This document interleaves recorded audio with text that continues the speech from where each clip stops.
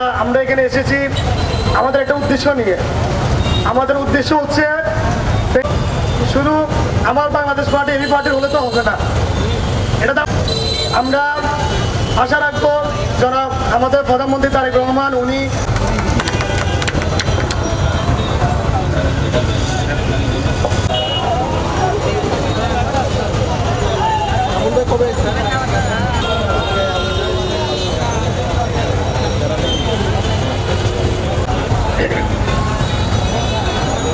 আদানের জন্য একটু বিরতি থাকবে।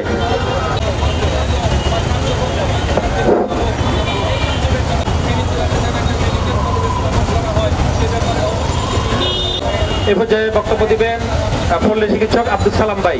সংক্ষেপে বক্তব্য দিবেন আব্দুল সালাম ভাই। জানতাম যার ছোঁয়ায় আমি বড় হয়েছি।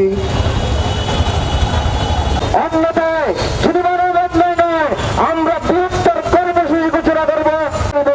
আমাদের মেডিকেল কলেজের প্রয়োজন, আমাদের যুবরা শিক্ষিত কলেজ স্থাপন হোক, এই দাবি রেখে আমি আমার বক্তব্য শেষ করছি। আসসালামু আলাইকুম।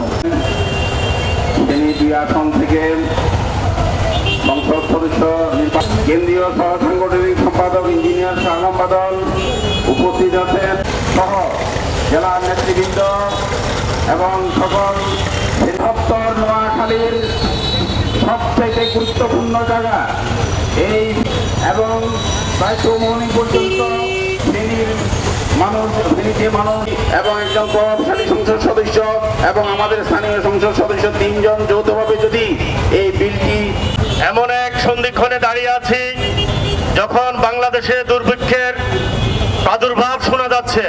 গত পরশু থেকে আমাদের সকলের মনে নিদারুণ একটা কষ্ট ব্যথা।